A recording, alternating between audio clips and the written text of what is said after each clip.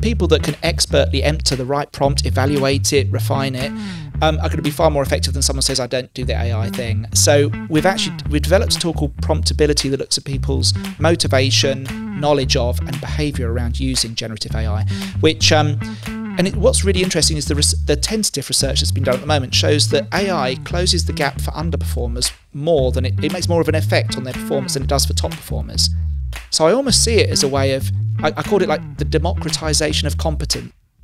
Oh, welcome to this, another episode of the Gary Goldsmith podcast called Pints of You. I only said that because James says you can't say Gary Goldsmith podcast because apparently I'm all lovely now these days. I have been on the telly, darling. Pints of You, even though we're drinking poo. It is my great pleasure and honour to introduce Ben Williams. Now, Ben, I will give you a proper introduction because you are super smart. I wish I'd got you to work with your AI to improve all of this. But cheers. And thank you very much for being here. I will say it's absolutely bleeding warm in this. We're in a sauna today, isn't it? Right, so can I give you your poem? I would love to hear the poem, Gary. Now, first one of the day. Let's see how it goes. In Oxford halls, where knowledge is prolific, Ben Williams was mastery. His work was so, sick. No, we'll leave it. It wasn't my best work. A psychologist profound and wise, unraveling minds soon became his enterprise. Now that was really good one. Then 10, his creation, a business domain, a visionary leader in the corporate terrain, advisor to ventures with insights profound. In the world of assessments, his solutions astound. Education and business, hand in hand. Ben Williams, a maestro, his impact so grand. You better be good today. Psychologist, entrepreneur, a tale untold. In the realms of success, his story today will unfold. I give you, ladies and gentlemen, Mr. Ben Williams. Thank you, Gary. Right, cheers. That brought a tear to the eye. I've got to say, that was hard to get out. There was that first line. Oh, the things we can talk about today. You are, without doubt, the smartest person we've ever had on this, and that includes a lot of very smart people. So, science meets people, meets personality, meets psychology. Do you remember when we first met? Do you remember how that happened? Yeah, well, I remember that actually your daughter was just starting off in her career as a psychologist, and through a mutual connection, you said, actually, could she come and do some work experience? And I had a very small little room in Beaconsfield, and Tallulah came along, and yeah, she was fantastic and helped out with item writing and things like that. She actually, I mean, she's got a little man crush on you. She said the stuff that you were doing was just so bleeding edge, because it's all about doing assessment centres in some way, shape or form, assessing talent, be it that it's gamification. I will tell the Kobayashi Maru story, and then you can basically correct me, because I think I've changed that a lot over the time, but it gets me meals out of people, and they think it's really grand. The work you're doing with children now, young people getting into the workplace and learning the difference between theory and practical advice. You're also now helping people adapt and adopt the whole AI piece. So that would be really great to talk about that. Yeah, looking forward to it. Plus talking about a little bit of the gamification stuff and what you're doing personally, and you're growing your own business. So there's loads of things to talk about there. Yeah. I've wanted on you to do this since I first started. Oh, really? So you're part of the hero section. Oh. So so the Heroes season 5. So we'll talk about that. So I'd like to talk about obviously your backstory. Yeah. Academia to entrepreneur, and how you've actually sort of blended the two. Getting to understand people's real abilities and what it takes to actually put that together, and the type of organisations who are taking this really seriously now, and the difference. So we were talking about diversity versus being, strategically minded and making a dollar. And do they converge at any point, or are they starting to go away? be nice to hear your opinion on that, wherever you feel comfortable saying. Yeah. Anything else that we can talk about you? That sounds fantastic. And yeah, I mean, what you were saying about that journey from academia into the world of business is I think it's a real shift for many psychologists, because you go into it because you want to understand how the mind ticks, and actually you learn pretty quickly you come up against the buttresses of reality and commercial realities, and you say, well, look, how can I operate in the commercial world? So let's talk about your Oxford journey. Yeah. Because reject. You should never tell me stuff when we're off camera downstairs. Yeah. Because I think that's brilliant. So for someone who is Oxford educated and has done very well with it wasn't such an easy ride, was it, getting in? No. So I came from like a normal kind of comprehensive school. It hadn't exactly got a grand tradition of going to Oxford and Cambridge. And I was interviewed at Magdalen College, first of all. And I was actually interviewed by someone called Professor Gordon Claridge, who was a very big name in the 1960s, did a lot of work with schizophrenia. He also did a lot of work with LSD, I think, and its effect on treating people with schizophrenia. He sounds like a fun guy. Yeah, yeah, he was. But Schizo acid head. Come on. But he looked a little bit like Dumbledore minus the beard. And I'd spent the night before sleeping in the dorms, straight out of Harry Potter Hogwarts, and I was listening to this angelic choir of monks. Actually, I don't know if that's an oxymoron, but they were singing away. And I was completely out of my depth. So I went to this interview up in his room. The fire was roaring. It was him and another professor there, very dark. And I was being quizzed and challenged. And I went to pieces. I went bright red. I stuttered. And I use that now as an example when I'm training people about the importance of setting people at ease, because stereotype threat, which is the kind of mental self-talk that you have, which is, I don't belong here, I'm no good for this, actually can really get in the way of people performing well in a recruitment process. And I bombed. So I was rejected, and I came away kind of licking my wounds a bit. And then I got my A-levels confirmed, and I did get the A's. So I thought, right, well, do I want to go for it again? And I there was something about me that didn't like being rejected. So I worked at Sainsbury's. I was on the price control department. I did a fast A-level, and I reapplied to Oxford. Next time round, I was interviewed by two guys called David and Nick. Both of them were polar necks. Both of them were probably in their 30s. Very kind of like not cool. Cameron and Clegg. No, not Cameron and Clegg, but quite like that. David and Nick. And yeah, and they were just really more informal, welcoming, and that time around I got lucky and got in.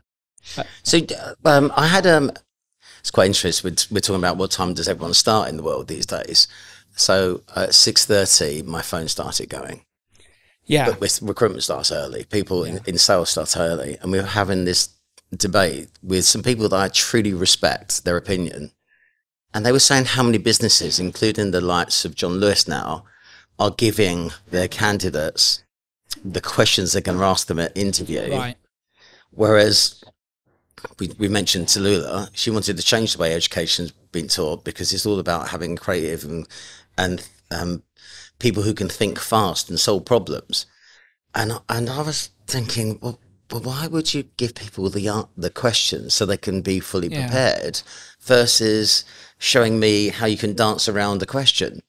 Yeah, I mean, there's it's kind of polarized opinion. I mean, on the pro side, you've got things like socioeconomic status. Some people have been drilled to the nines about how to perform well at interview. They've had practice interviews. They've got a great careers section. They've got parents that might drill them.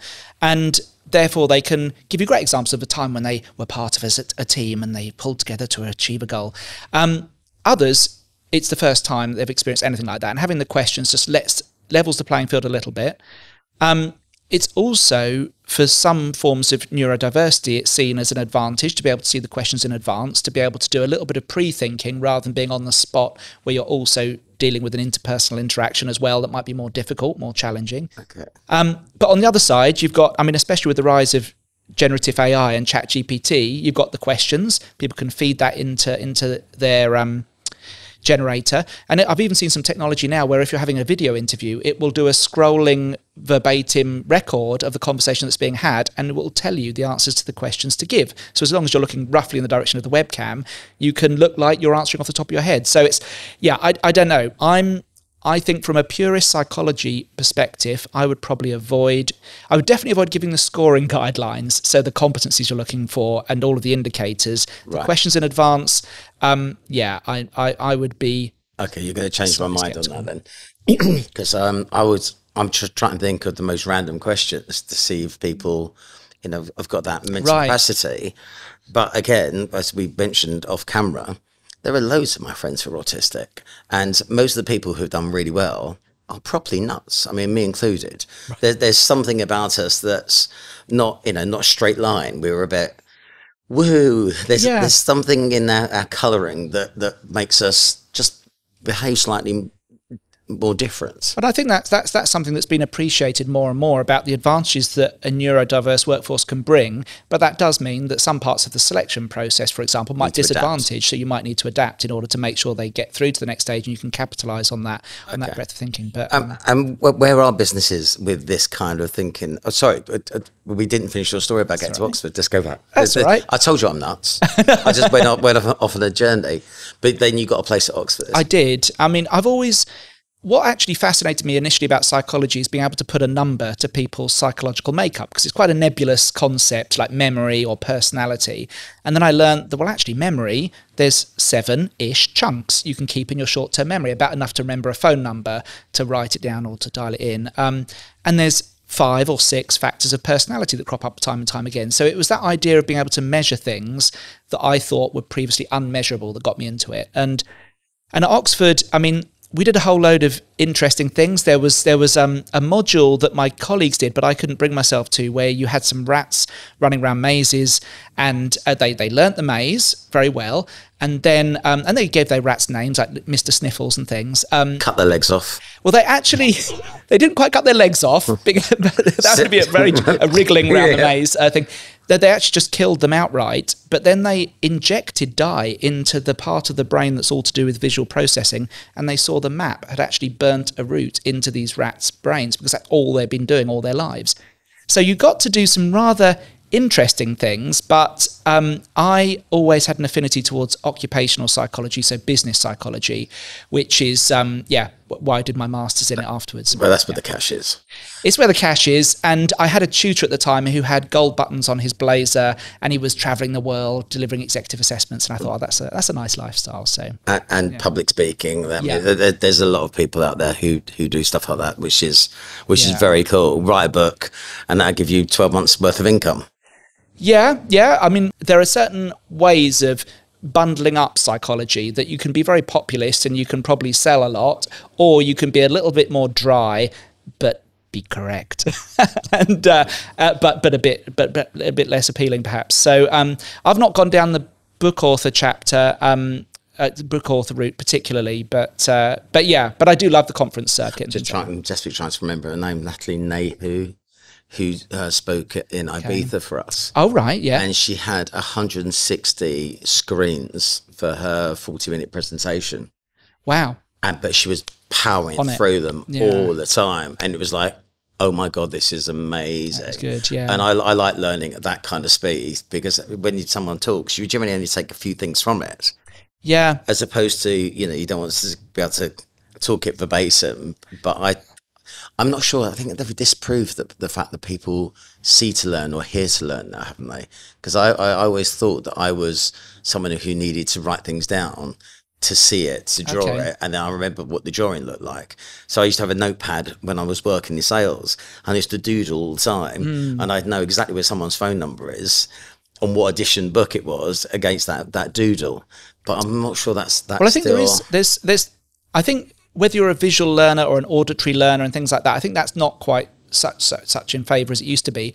But I think there's no doubt that if you write something down, you're encoding it twice in your brain. So you're hearing it, then you're forming the letters, you're doing some motor skills, and actually if you repeat it out loud, then that's a third medium. So it's all like layering down this pathway. It's like those rats running around the mazes. It's getting more firmly burned into your neural pathways, as it were. But a maze is such a popular name these days. I had a totally different idea when you said running around mazes. It's like, don't call your children Maisie.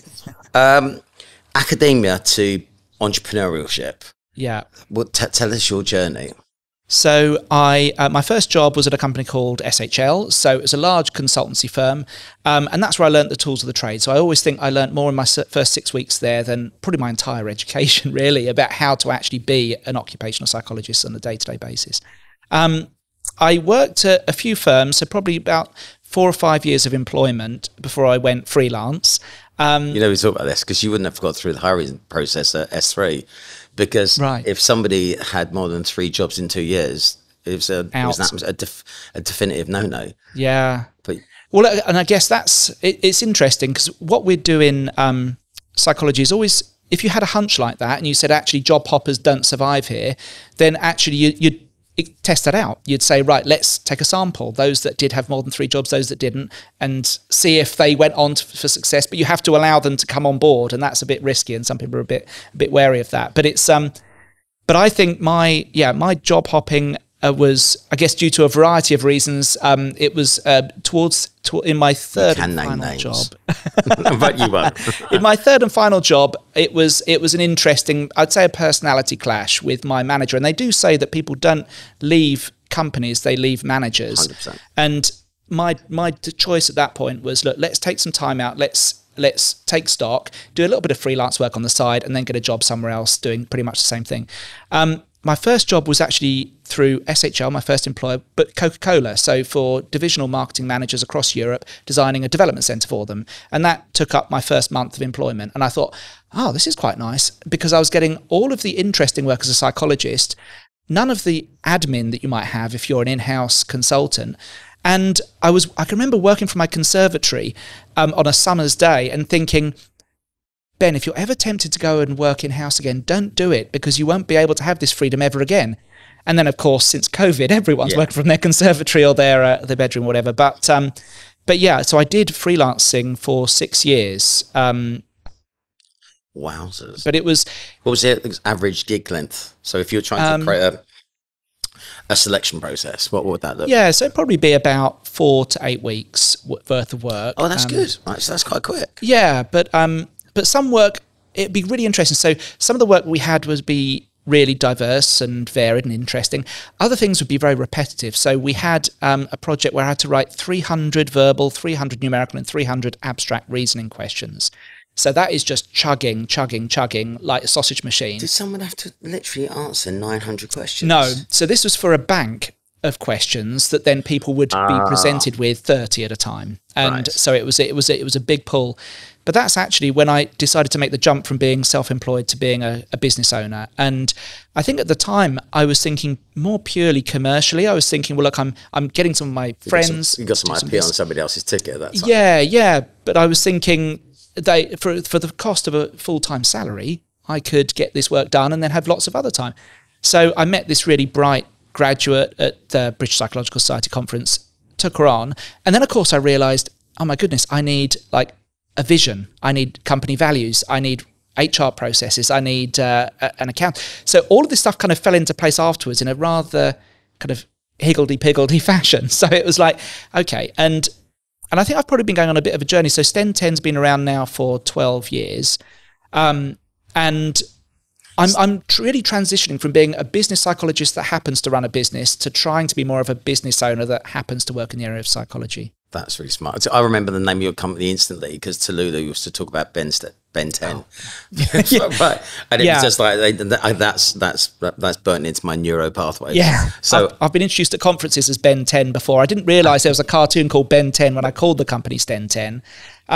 But yeah, STEM 10's like a nerdy in-joke for psychologists. It's like the top 2% of the population. It's how we measure things like personality or ability, a 1 to 10 scale. So I thought that'd be fun. And then, of course, people think I'm some kind of crime-fighting cartoon character homage. Yeah. Just, as you rip the Paul Smith shirt off, you've got some lycra on.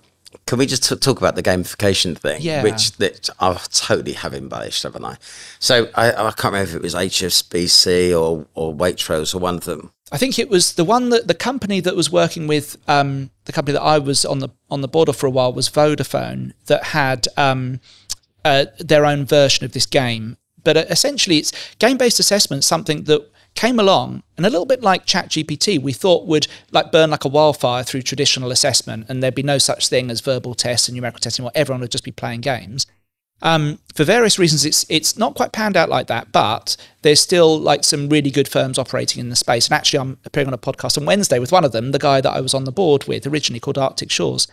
And they had a game a while back that was a little bit like Angry Birds. So, and what you had to do is you had to pull back a catapult, fire this little pellet through these falling leaves, and the game would get harder and harder and harder. And at some point, most people would say, oh, I've had enough of this, I'm stopping. But those that were really persistent would go on and on and on, and like bashing their head against a brick wall, but occasionally get a little pellet through. And it was those people that scored the highest on persistence. And as a way of measuring personality, as opposed to like a self-report questionnaire, like I am very persistent or I keep on going until the job is done, like obviously you can fake that. Whereas playing a game, you can't, well, especially if you don't know the mechanics behind it. So that was the philosophy behind a lot of those game-based assessments. Based on that, I've just launched a business. Okay. And based on that story, physically that story. So it's about gamifying people's inputs in sales. Because one thing I can control the inputs. I can't control the outputs, but the outputs, as long as I get some decent data, I can look for training needs or help and support, as opposed to driving a balanced scorecard activity, which I think is just dead in the water, or even the KPIs now. It's keep the KPIs in your back pocket and look for training, do sprints, so 2-hour sprint doing this, and looking at the activity that you can drive. Yeah. So we've got pirates actually having pirate wars against different companies.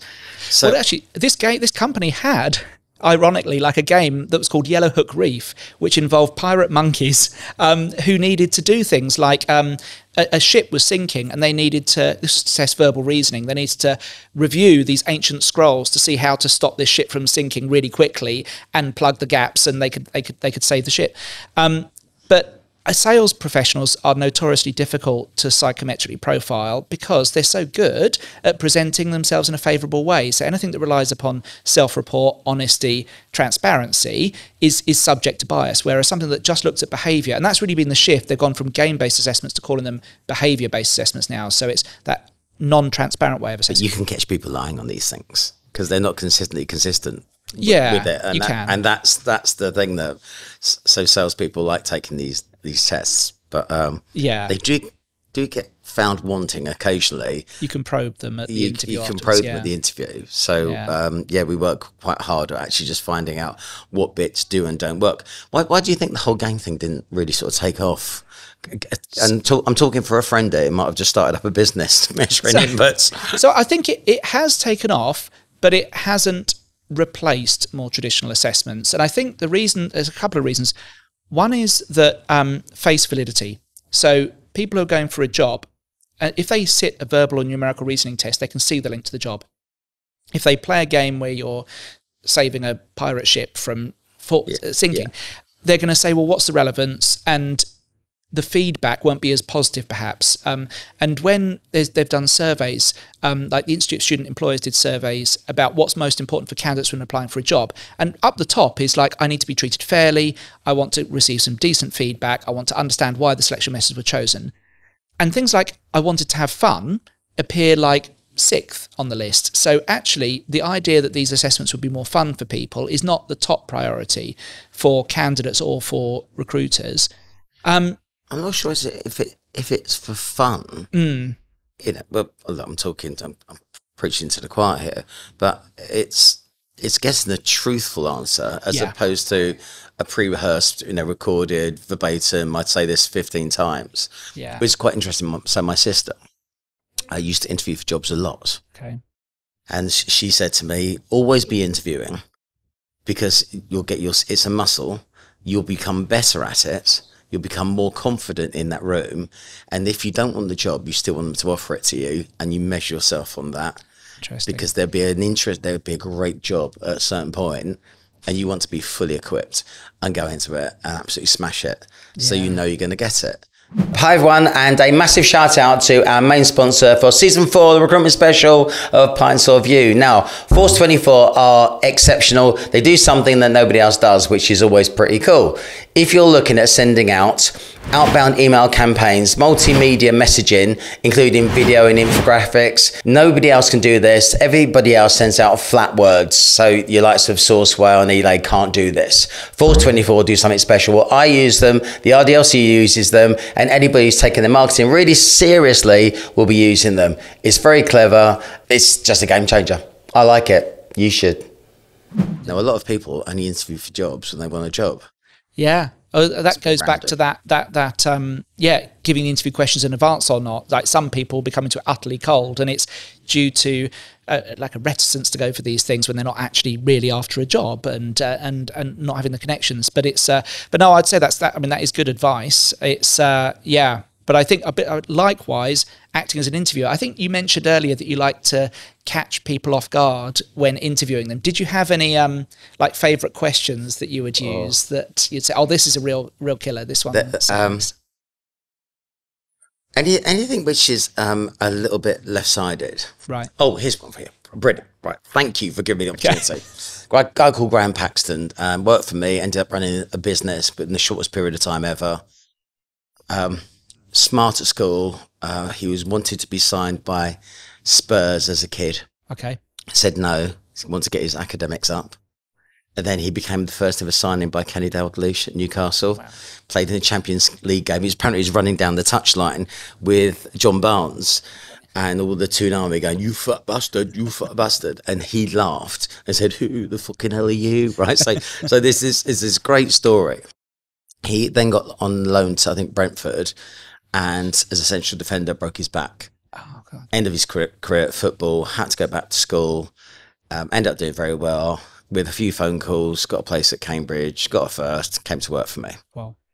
So I'm sat there with his CV and everyone's saying, "Please don't be a dick, Gary. Please, we want this guy. He's got everything. He's got football." And people who play sport at senior level are always good in sales. They're very resilient and they keep going and they understand what it takes to practice to be good on the day. So he's given me a CV and I've thrown it over my shoulder. I said, "I don't really need to see that." And with it, you know, those Velux windows in the top of a building, it's caught that. And then we both watched it drift down and then out the window. Okay. And I said, "I've only got one question for you, Graham. Is it more important that you win the game, but you've had an absolute shocker? Right, FA Cup final. You get a winner's medal, but you have had a really bad game, or the fact that you didn't win, you lost, but you have played out of your skin, and people are talking about you being a sensational footballer. Which one?" And I said, "There isn't a right or a wrong, but what do you want?"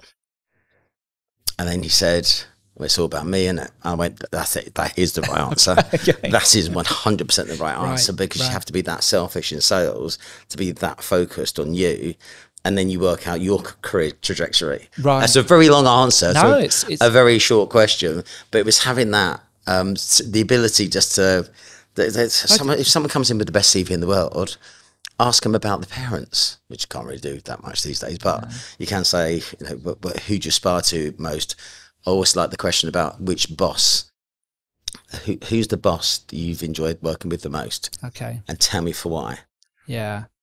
Yeah, and that tells you so much, because it tells how they're going to gel with you, but also, the kind of qualities they admire or don't admire, and how that's going to fit in. It's what are the classic ones at the moment that people are really sort of leaning into? What I would do is if I was working with, let's say I was working with you, Gary, and your level of experience of saying, "Look, I just know that works in this scenario," my job would be to try to codify that into something that other people could also follow. Because there's a lot of bad press about like some of the more zany interview questions. So I was rejected, another reject story, really coming out well in this discussion. I was rejected from Arthur Anderson after Oxford, and the question they asked me... They're not there anymore. No, they're not there. So, they said... That was your fault. Yeah. They said, "How many traffic cones are there in the UK?" And I said, I don't know. 4 billion. Yeah, well, I started trying to calculate it and saying, well, the spaces between them and what percentage of rows. And basically they said, "You failed because you could have asked us... you could have asked us some of the parameters and we had information we could have given to you. So I didn't know the rules of the game that we were playing, and I bombed out as a result." And there's other ones like, I was at a law firm that shall remain nameless doing interview skills course, and I said, like, what are your favourite questions? And someone said, oh, here's mine. Would you rather have lunch with Michael Jackson or the Pope? And he said, there is a right answer, and I'll go for it. And I said, okay, what's your right answer? He said, the right answer is Michael Jackson. He said, because he's got more of a commercial mindset than the Pope, and you could learn more about him, about business dealings, than the Pope. Now, of course, there's all sorts of problems with that question from a legality perspective, offending people, and all this other kind of stuff. But if you got to the kernel of what this person's trying to assess, he's trying to assess commerciality. So then you say, right, well, how can I tap out your definition of commerciality and turn it into an interview bank, a case study, a role play that's going to assess those behaviours, and anyone could pick it up and run with it. So that's often the part of my job, is trying to get these really interesting things into something a bit more. That's sick. With role plays, yeah. When you're in a group assessment, I always feel that I've only ever done one. Right. And I hated it. Yeah. And now I like to show off, right? I would like to walk around and like peacocking in a room like that would be right up my strata. But the quality of people in the room, I actually thought, if they value me at the same level as this lot, I'm not going to give them anything. Yeah. And I basically just bombed out of an interview because I couldn't be asked. Yeah. Because, and I think it's a really interesting narrative in business.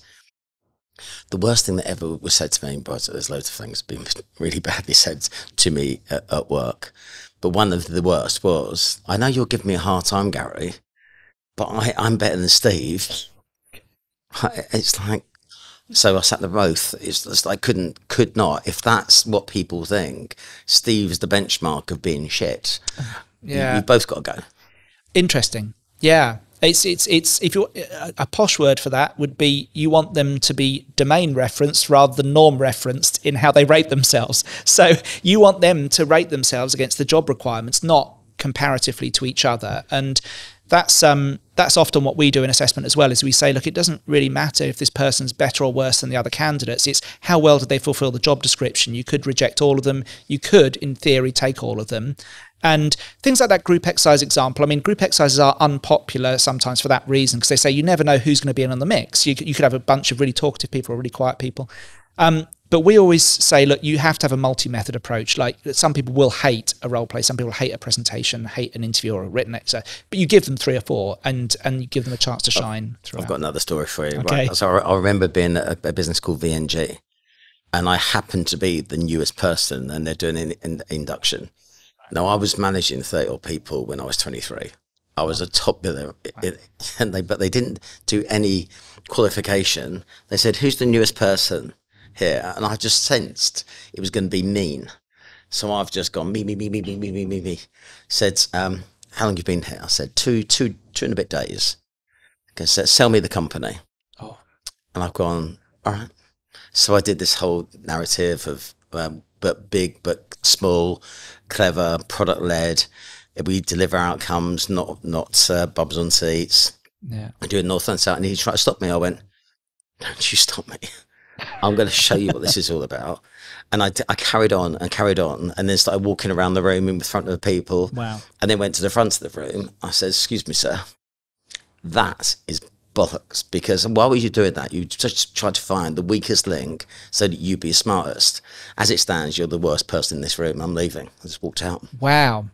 God, that takes some... Now, but, yeah. But I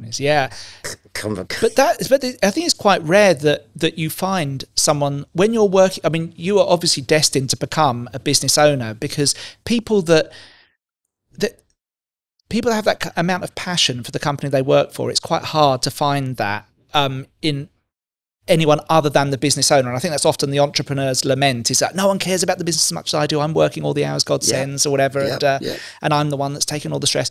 But I think it is the reality, and it does make sense. We're the psychopaths, aren't we? To some extent, yeah. Is that still a narrative that's in the public domain? Where I remember Lula talking about it. Yeah, she started calling me a psychopath. It's like, well, you're a business owner, you got to be. I think there's as I say, there's always a continuum when it comes to these traits, and there's clinical, which we don't really delve into. That is actual psychopathy. But then there are traits that you'd say, well, actually, that's more within the regular spectrum that might be around it. So there's a tool that we sometimes use for more executive level assessments that looks at the dark triad of personality traits. It's the Hogan one. Yeah, so it covers things. You only said that to like, me 4 minutes ago, and I've repeated it. Yeah, I was just literally just trying to leverage and lean on your knowledge. That was quite right. But things like Machiavellianism. So will you do whatever it takes to get to the top? And narcissism. So I mean, we were talking about like, you've got quite an extroverted personality and you like being centre of attention. I'm quite like that as well. But the downside of that can be that you miss opportunities to delegate. You sometimes take the limelight when others could have stepped into it. Yeah. And having a frank discussion with a psychologist around that can get people to have real light bulb moments to say, okay, yeah, I can identify some specific occasions where I can tone down my my tendencies in that area. And yeah. I do love reducing leadership, all the work that's on me, because I like to be a bit of a free spirit, and I was actually paid to think. So just stay away from work and just think. So the business that I joined, I was an entrepreneur, not an entrepreneur, for a long period of time. But they did give you the room to flex and find your own way. And I wanted thinking time. So they went, go on then.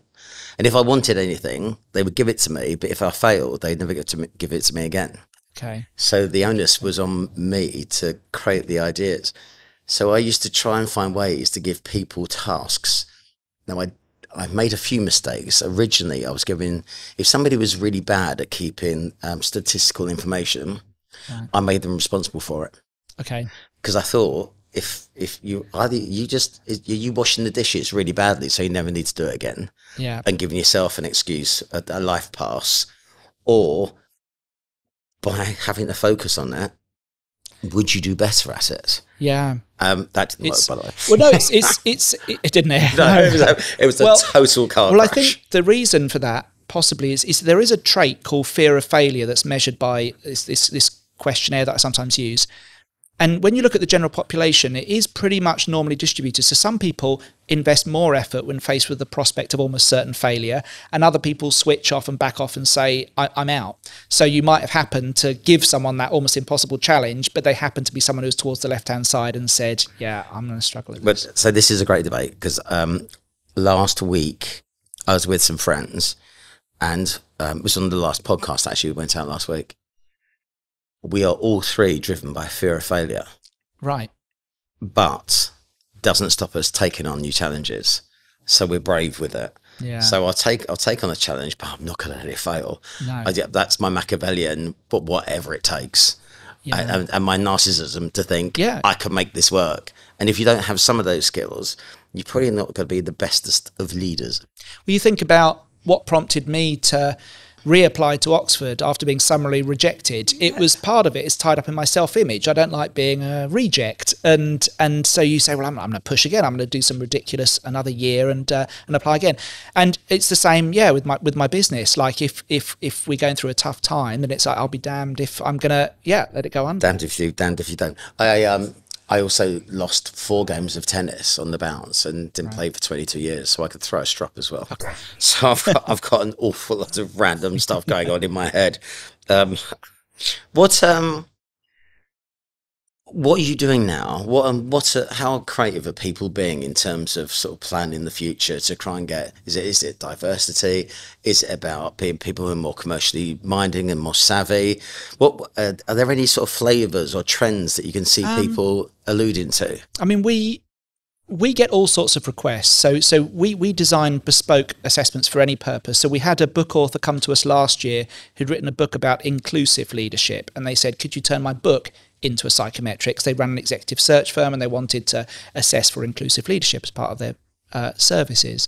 I'd say probably the other thing that we're doing that we did chat about downstairs is around the employability or work readiness for students when they enter the world of work.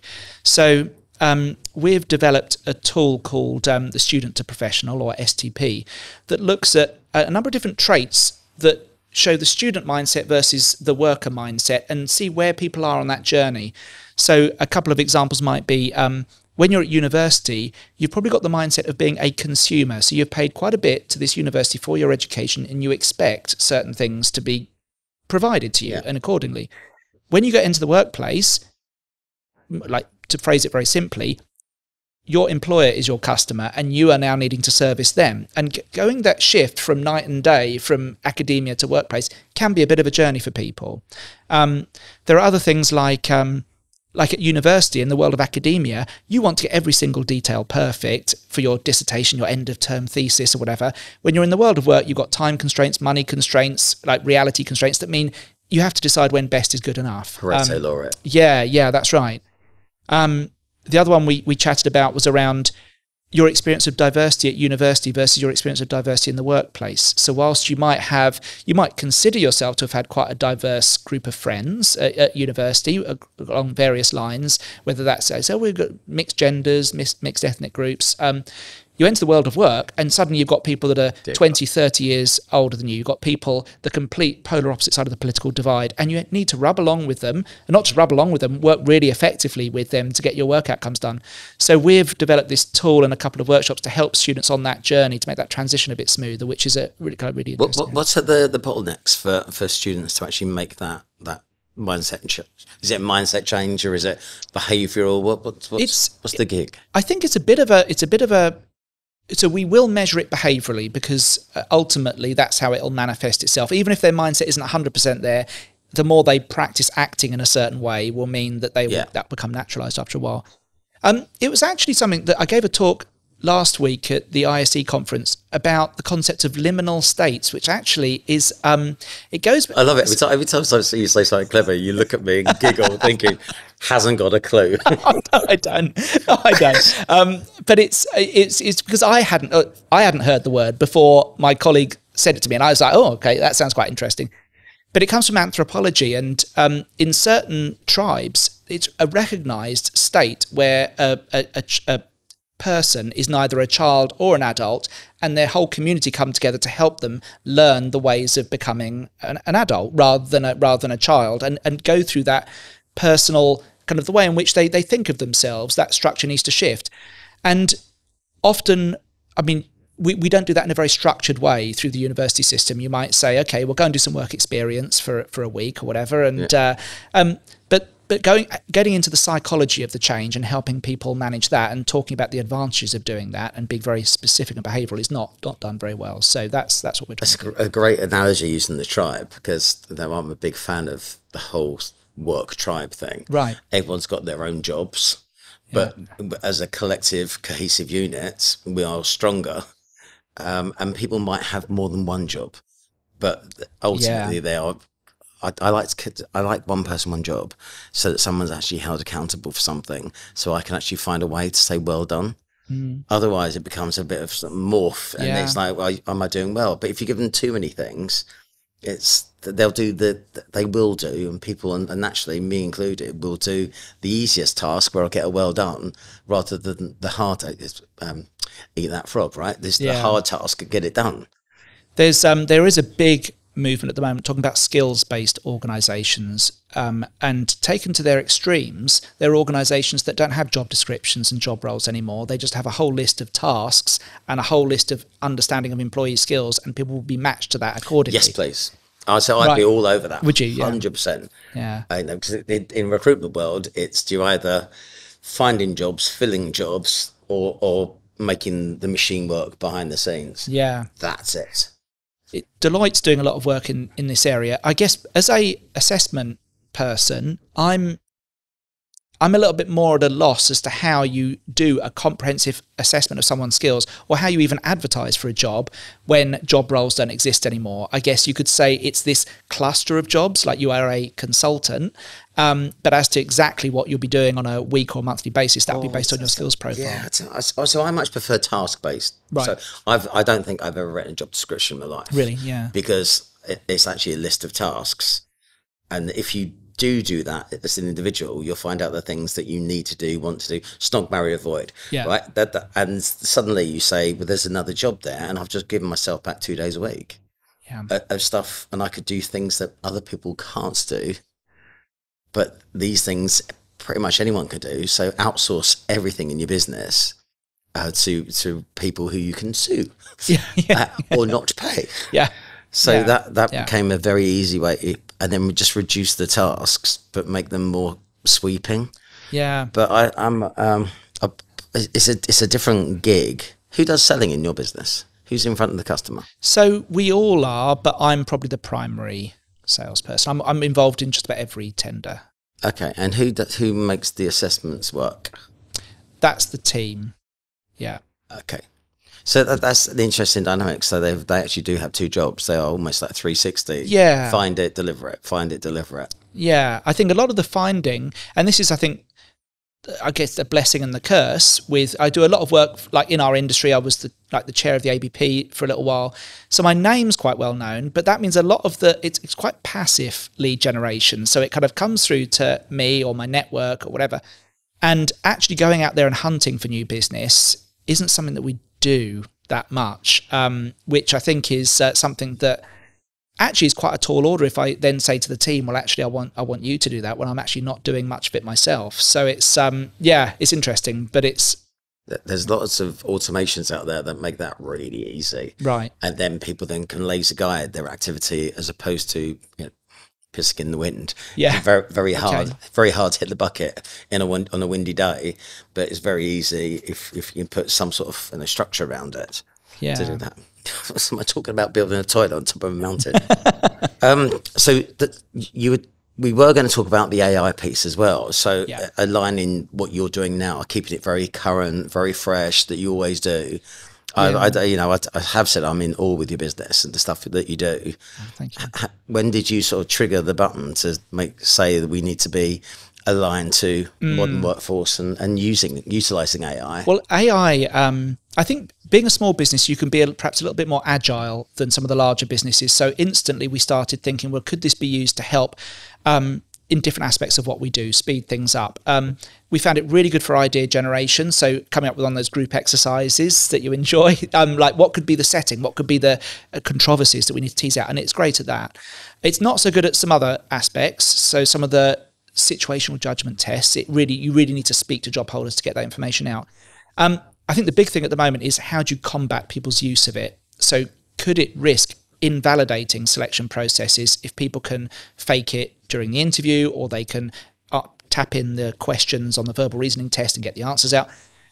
So it's almost like a bit of an arms race at the moment against it. But I've kind of taken a bit of a sidestep and said, right, well, that's all well and good, but isn't the use of AI going to be a key differentiator for those who are really good at their jobs in the future and those who are not so good at their jobs? And so giving someone who's good at maths a calculator.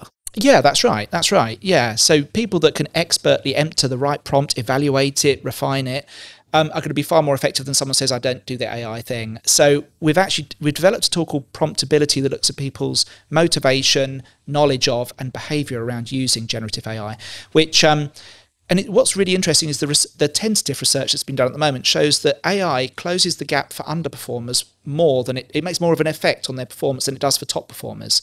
So I almost see it as a way of, I called it like the democratisation of competence. So I think we're going to... again. Wink. Democratise it. It's kind of levelling the playing field for people through the use of this augmented intelligence that you can close the gap. I wonder if that's because they're so comfy being good or good enough that they just think they don't need it.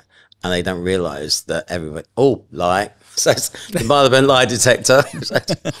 Awkward. Always loses me every time. Right.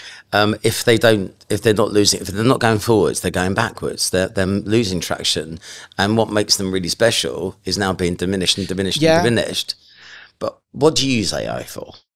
So I will use it for doing a first draft of things like a blog article. Actually, we've just done an industry survey, about 150 business psychologists for the ABP.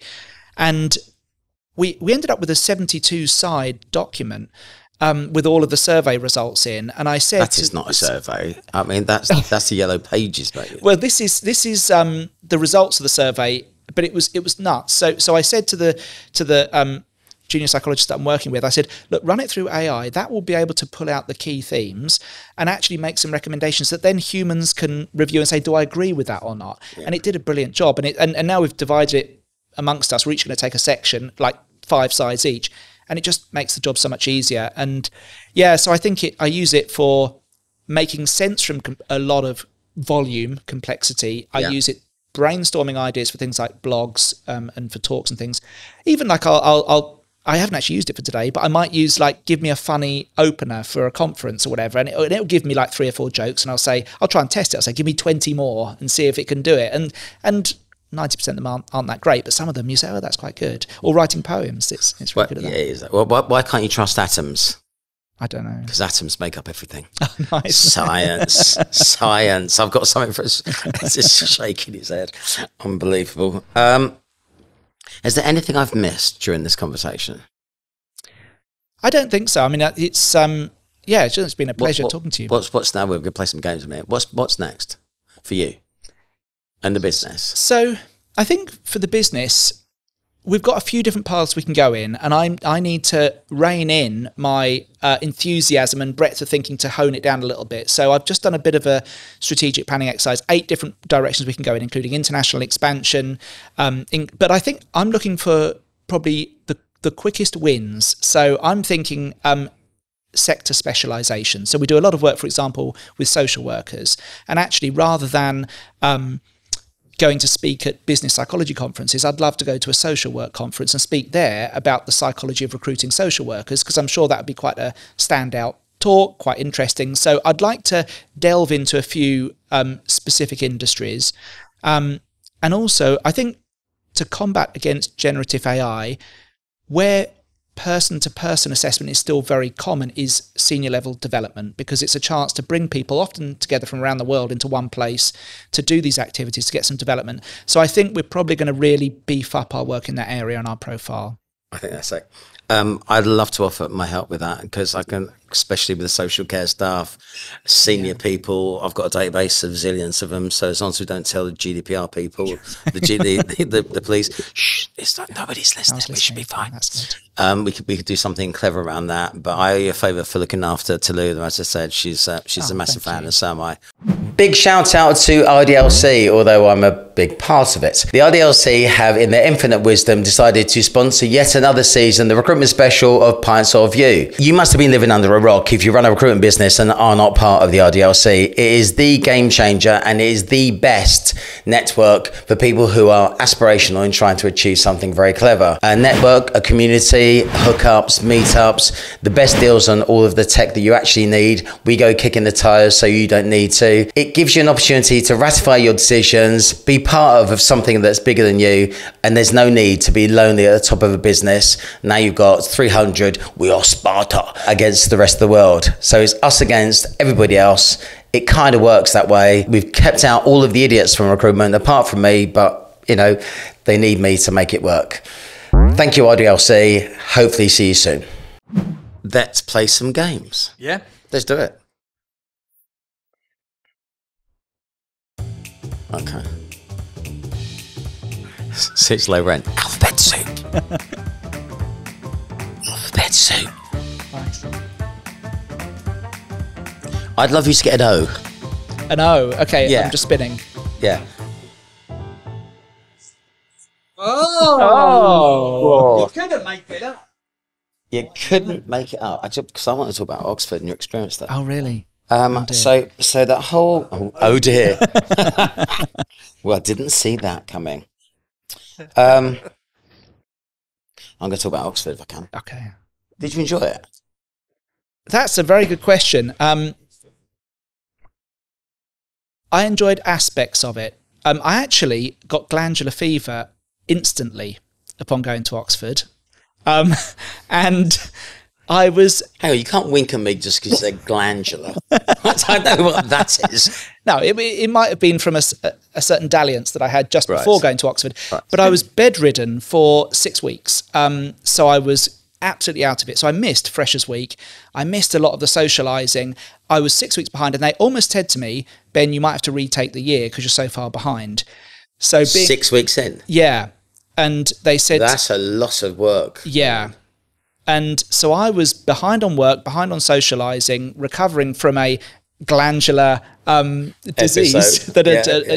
And so I'd say that, like, Oxford, the particular college I was at, was lovely. In the prospectus, in the alternative prospectus, it was described as looking like a prison and having the atmosphere of a prison.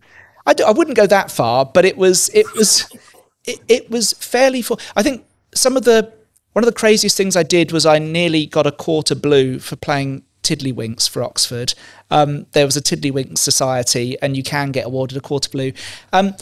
I made some really good friends there, but I'd say the social life probably was slightly on a different level to when I went for my master's at Surrey University, where it was phone parties and all the usual thing condensed into 1 year.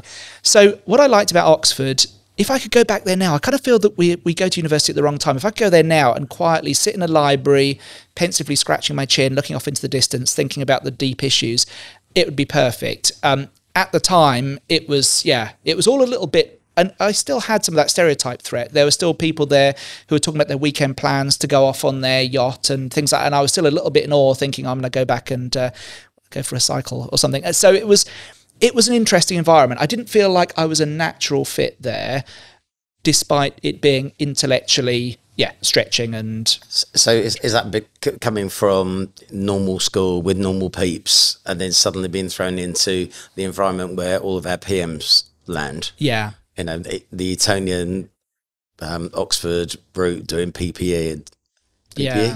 PPE. Yeah. I mean, one of my classmates from my course was experimental psychology. So we didn't do any Freud, like lying back on the couch and things. It was all experimental measuring. But she's now the UK's ambassador to Iceland. And so that's a natural transition. Yeah. It's but it was just a little mind-blowing, the circles that I was mixing in. And so when I go back there now for the carol service, the children love going back there because it is just like going back to Harry Potter, and I like going back to visit. But it's I'd say that it was intellectually enjoyable, and socially all right. But it was, I'd say, I was quite behind when I started, or different. Yeah. I totally get that. That's I think that the education system at the moment is a little bit broken in that they desperately want kids from normal schools, comprehensive schools to get those places, and they make it really, really hard for kids who are afforded the luxury of going to a nicer school, but they probably fit in. Yeah. And and they're probably there. But I just think there's a balance in there somewhere that we haven't quite reached, because it was just not fair. I do think it's wonderful when you see like a lot of the initiatives they do, and I'm still like an old member seeing what they do. It's all really good, but there's still things in there that are still there. So there was the chalet, the Master's Chalet, that was invitation only, and you'd get to go and spend a couple of weeks at this ski chalet somewhere. The criteria for assessment were not clearly defined, and as a assessment expert, that frustrates me. And it's still there. So there was still that slight feel of not posh enough. I'm not posh enough. Yeah, I literally. How have you felt about your posh quota, Gary, when interacting with some of your extended family? Yeah, I'm not quite posh enough, am I? But it's quite. My sister speaks better than I, and she rocks in different circles. Right. And I still think I'm keeping my feet on the ground and being true to myself. Yeah. I think my mum would certainly be upset when I forget my T's, because the Duchess, who she was called, fell out with all my father's family because they thought she was kind of affected and thought she was too good for herself. So there's that balance. But I still think I'm kind of humble, and I am what I am. That's what you're gonna get of that. But I'm fine with them because I'm just Uncle Jay and just yourself, just myself. Yeah. I also think with that whole thing about imposter syndrome, if the closer that you are to your natural self, the better it's going to be. And the reason why I really love the work that you do in terms of matching people to jobs, and I think whether they work with Ben Sten, STEM 10, or another. You should be trying to mix some art and science, because when people put a work mask on, the minute it gets stressful, that falls off. And then you get the real person getting stressed. And then sometimes the kindest thing is to put them down. Yeah. To say this is not for you, and go and do something that you'll be best for out, rather than me stressing you all the time. Yeah. I think that's where, again, that's, I actually, I mentioned my wife in a, hopefully she's not listening to this, about the £12.50, but she's a very accomplished coaching psychologist. But she was, when we were both at SHL together, she was very much of the mindset that it almost like it was a physical pain having to deliver people negative messages. Actually, she's far more about nurturing and helping people to improve and get better and capitalizing on their strengths. Whereas I'm still a people pleaser, but I was a bit more inclined to say, look, if the data's there, actually it's kinder to reject someone from that job, to say they're not getting that promotion yet, because it's evidence-based, and in the long run, they're going to be stressed. And Bambi's mum. That's right. Right. Should we go to the desert island? Now I've just killed Bambi's mum. Right. So this is a quick fire round. Now, did you do your prep? A little. Okay. So the clue is in quick fire. Okay. Right. One wish. 3-day work week. Oh no. Oh no. Why has he gone there? I mean, what? It was all going so nicely, wasn't it? Why do you think it doesn't work? You can't train anyone. You can't coach them. It's all going to kick off. It's a kick-off alarm, guys. I think we are pack animals. We do better together. And a 3-day, I understand, right? Because the way that the 5-day week started, it was all to do with the like the mills in the north, wasn't it? So there was a day for church and a half day, so you can actually play football at 3 o'clock, and you get the mills against it. And then it became a 5-day week, and then this whole concept of 4-day week is the end of the UK. I think it's like going to Italy and or Spain, and everyone gives up in the afternoon. I actually agree with you. I think a 3-day work with 3 days worth of responsibilities, that's what I'd be looking for. It's a wish. Please God, it never happens. Because I think as business leaders, we're kind of wired differently. Yeah. I work 7 days a week. 7, wow. And I until such times I hit the magic number that I want to be earning, and I will work 7 days a week. Yeah. And it's also, it makes me, that's my work-life balance, because it makes me happy. Yeah. And it makes me feel content. And if I think I'm doing something useful and rewarding, I think you're just getting away with it. Right, one prediction. I predict that I'm a bit of a doom monger when it comes to AI. I do think that jobs are going to get scythed through. I've already decided not to recruit a junior psychologist, because I think AI could do a lot of the work that they would be doing. So we're going to challenge all the way through this. Do you not think that having somebody with AI, and that's their job, so none of this hybrid work, you are now responsible for creating content, you'll get more content out there, which means you get more inbound phone calls, which will make you make more money, and then have that. You get more content out there, but previously you had to employ 3 people. Now you have to employ 1 person. So whilst it's good for the hiring business, for the individuals, it's not so good, because there aren't so many jobs out there. I still hire 3 people and just get into I triple down on my marketing and outbound, and one doing emails and one doing social media. Yeah. Right. Best moment you've ever had? Can't say marriage or kids. So the one that just came to my mind right now was probably the time. So I'm a motorcyclist in my spare time, and the leap that it had when I went from my little 50cc moped to a 125cc Yamaha TZR, the speed rush was amazing. So yeah, that was 125. I know.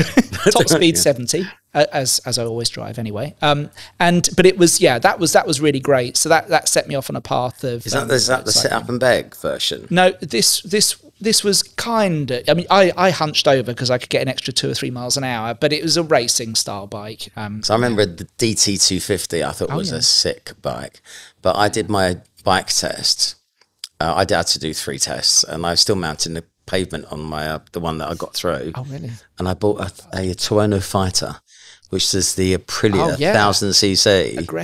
Aggressive thing. So I gave that away to a guy who now runs Hard Rock in Marbella randomly. Nice. And then I thought, I'll do it again. Then I bought myself a Ducati 999. Oh, really? And I drove it to my girlfriend's, left it there and gave it away again. Oh, God. I am so rubbish on bikes. I will just die. So I just give it to people. Oh, risky. One do-over in life. That first Oxford interview? I don't know. I think I have made countless business decisions that have not been optimal. But I like to think I've learned from all of them, so I would probably keep those in place. But yeah, nothing huge comes to mind. Okay, you're doing well in life. You're winning. One guilty pleasure. I'll give you some clues here. Yeah. Someone said Greg's. Somebody said Wham. We've had a very eclectic mix here. See, I could make it food or Sound Machine. What's his name? Carl Jenkins. Oh yeah. Soft Machine. Yeah, Soft Machine. Yeah. So progressive rock, specifically 1960s to 1970s jazz prog rock fusion. So Soft Machine. So Carl Jenkins is a god in my eyes. So yeah, it's a guilty. Say it again. Say it. Literally, that's not going to fit on a pen. 1960 something. 1960s to 1970s progressive jazz rock fusion, preferably with a guitar. I think, yeah. So Carl Jenkins actually was in a band with my hero Alan Holdsworth, and there's some videos on YouTube where they're tearing it up. Can I just say, did you live in halls? I did, yeah. You must have been an absolute I did. I had a complaint. Of course you would. I was playing Gentle Giant, Acquiring the Taste, which is 70s progressive jazz rock, and a student came up and knocked on my door, and she was quite cool. I thought she was one of my friends. She was one of my friends, but I had to turn it down. It was turn it down, turn it off. Yeah. Right. A person that you wish you could have met or would love to meet. I think, in terms of, I've got my outside work persona, so I would love to meet any of the legends from that jazz rock 70s fusion era. I was going to say Freud. Oh yeah, sorry, psychologist. The thing is, probably my idol in the psychology world was Professor Peter Saville, who ran the first company I was at, and he was one of the most successful business psychologists of all times. I think he was on the Times Rich list above Richard Branson at one point. He was really... Was he the guy who talked about business owners being psychopaths, or was he the guy who... That was probably not him, because he dealt more specifically in psychometric tests. There's Thomas Chamorro Premagic is the person on LinkedIn that's doing a lot of work. Don't you wink at me one more time. We can end up getting a room. Right. Still a quick fire. Sorry. A food that you have to eat for the rest of your life. One food type only. McDonald's cheeseburger with an extra gherkin. You ask for an extra gherkin? Yeah, always an extra gherkin, yeah. Because it takes too long. It does, but you know what? They're done fresh. I like what I know, and I know what I like. One luxury thing that you can't live without, and it can't be laptop, phone. A luxury thing. I had a classic 1969 Mustang. I thought that was it. It was an absolute headache. And actually, I think I'm slightly traumatized. It's now sold. So I need to find a replacement luxury obsession. But yeah, the Mustang wasn't it in the end. Does it just spill its guts every couple of weeks? I'd be stranded somewhere and everyone would say, oh, nice car, mate. So you get into lots of conversations stranded by the side of the road. But it was a nightmare. I flew to Ibiza and back recently. And I'd never seen so many cars at the side of the road, apart from back in the 70s with my parents, stranded and broken with bonnets up. And I just thought, was it a bad day? Have we had some sort of EMP blast or something and everything's gone down? But that sounds a very sick car. Yeah. One mantra that you might live by? I think it's probably that this too shall pass. So when it's going tough, then I get through. I have had advice to repeat affirmations like "you're a tiger" into the mirror every morning, but that hasn't quite worked for me. But I think we do have a story about one of as a former CTO from S3 PLC. I think he was in Brighton, standing up at the mirror, not realising he had the microphone still on, going, "You're a tiger, go get him. You're a tiger, you got this." After listening to him and then coming out going, "All right, mate, you're a tiger." And this would be a great question for you, a book that you think people should read that have changed their lives. Oh, crumbs. Having built it up, I'm actually not going to be able to give you a great book to read that will change people's lives. When I have downtime, I tend to be very specifically out of work mode. So I'm not a voracious reader of psychology books or textbooks and things. I'm more of like a podcast person, and it's kind of like a guilty pleasure. It's like true crime ones and things like that. But is there anything else? I'm reading that at the moment. Did you ever watch I Archer? saw it up on there. No, I don't. I can see a Dodge Challenger 1970 on the front cover. Yeah, but it is. Yeah. No, it's we were just watching it today. I'd always try to educate Jamesy with some random TV because I'm addicted to the telly, and it's a very, very, very good series. Is it? But the book is as good. It's foul mouth and potty mouth, but it actually gives you great learns. Okay, so great. I love that. Right, and I've got something for you. Uh-oh. Right, so you have to pick 2 pills only. Okay. So I wouldn't do this with most people, but you can look 15 years younger. Right. You can read minds for 3 days. You can forget your ex. Eat without gaining weight. Add 5 centimeters to your height. Become super strong. Have a lot of money. Always feel happy, and get millions of followers. So I'm going to let you read them. You can only have 2. Yeah, I think I know them. I mean, I think it'd have to be the always feel happy. I'm sure most people pick that. I was going to say a lot of money, but I could kind of see myself living in a caravan or somewhere by the coast without much money, just looking out over the waves and listening to my 1960s to 1970s jazz rock progressive fusion, and reading minds for 3 days. I think saw that's your eyes go. Yeah. It'd be great. It'd be great. I mean, as much as I try and grapple around with my tools and instruments to try and work out what's going on, it'd be really good to be able to see inside someone's mind. And I've only got 2 more questions for you. Okay. With all that's gone on in your life, you're 18 years old.